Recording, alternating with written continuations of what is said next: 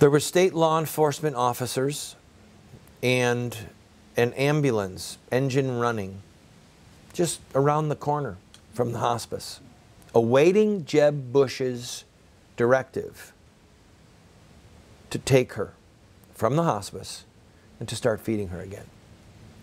And he wouldn't do it. Would not do it. Now, it's 2014 while we record this show. This happened in 2005. It's been 9 years.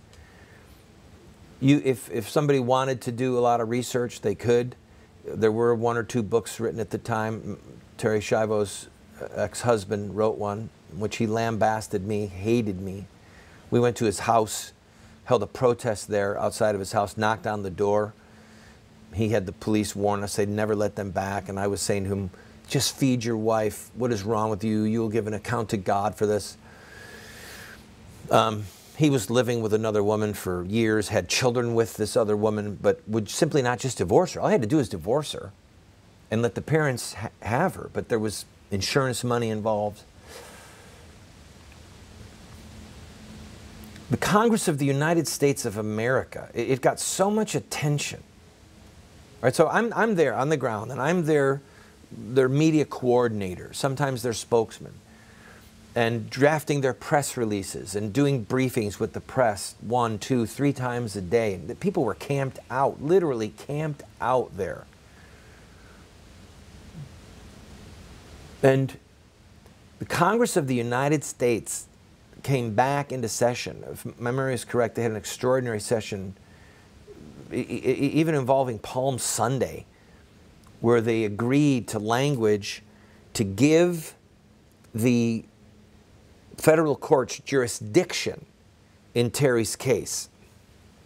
They then, President Bush flew back from his vacation to sign the bill, all right, to give the federal government, the federal courts rather, jurisdiction.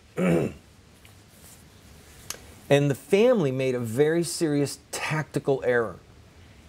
Very serious. They hired the wrong attorney. They got the wrong attorney to lead point.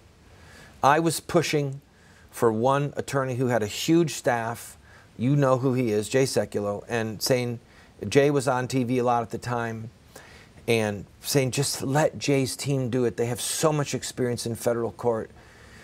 They had another young attorney who had very little experience do it, who was there, while he should have been preparing his briefs, he's doing television, and it was just a bad brief. It was a debacle.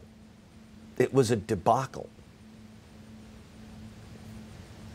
Lost in federal court,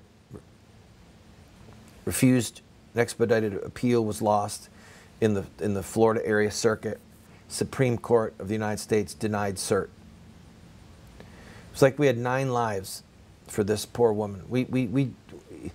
The amount of momentum that we had was inconceivable. Congress, if my memory is correct, tried to subpoena the judge. He refused. There was just so much going on. Because the video footage was out there. There were medical experts saying, this woman is not brain dead. All right? Yes, she's severely brain damaged. There's a lot of people that fit that bill. Okay? We don't starve to death the weak and the defenseless among us. It's what makes us human. It's a part of what makes us human, that we honor that we're made in the image of God, our Creator. We're not animals. We don't kill our weak and defenseless. We don't eat our young. So, all eyes turned to Jeb Bush. All right? Clearly the political momentum was with us. And at that point, the Governor Bush camp stopped returning anyone's phone calls. Bob Schindler was standing there pleading with the governor publicly, please save our daughter. President Bush, or Governor Bush, I'm asking you to do for me what you would want someone to do for you if it was your daughter. And as the chief law enforcement officer of the state, Jeb Bush had the authority to save an innocent woman's life.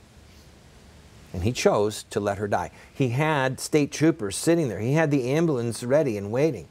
And I wish I could have been a fly on the wall as he talked with people about the political cost of doing what he did. He had maybe his eye on the White House. I mean, his brother flew back from vacation to sign a law to give the federal courts jurisdiction. The country was with him. Most people in the country did not want her starved to death. It was international news. The Pope himself was watching.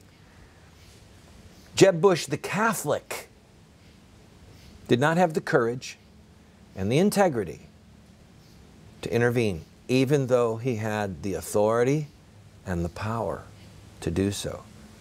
And he let the dictates of a little tin pot judge bring a woman to her death.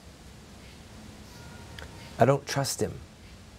I don't trust him. I wouldn't want him as the commander-in-chief. If he couldn't, if you run with footmen and are weary, how can you run against horses?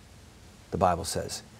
If he didn't have the guts to use his authority as the governor to save an innocent woman, what would he do if he was the commander-in-chief? I'll tell you one other thing when I come back that's just the icing on the vile cake.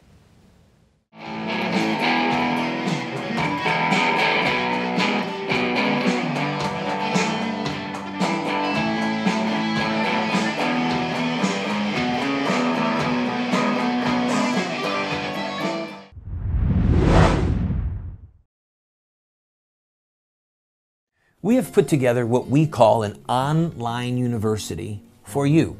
Now that's a highfalutin way of saying that we have a pretty significant library of material, books, tapes, videos that are there for you for free.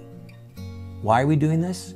Because America is desperate for new leaders, and because this material could help you to become the leader that you and God want you to be. Check it out and enjoy it.